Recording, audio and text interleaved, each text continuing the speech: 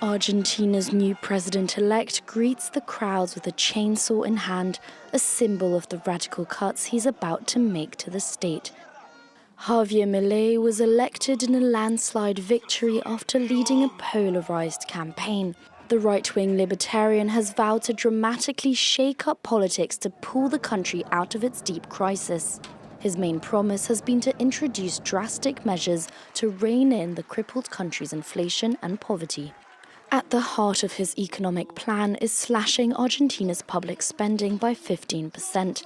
The 53-year-old economist vows to rebuild the country by replacing the peso with the dollar, closing the central bank, reducing subsidies on fuel, transport and electricity, and cutting welfare payouts.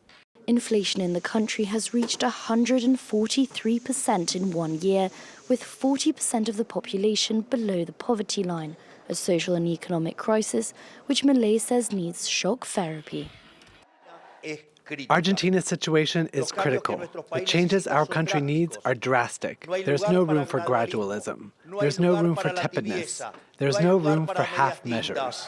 The self-defined anarcho-capitalist wants to loosen gun laws and abolish women's right to abortion. He also plans to eliminate 10 of 18 key ministries, including those of health and education. Javier Milei also wants to rethink ties with Argentina's key trading partners, China and Brazil, but he will face major hurdles when sworn in next month.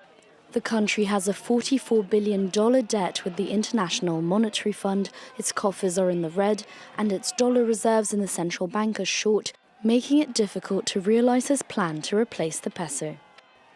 Javier Milei's party is far from having the majority in parliament, with only 38 deputies out of 257, and in the Senate only 8 seats out of 72, which may compromise his legislative agenda.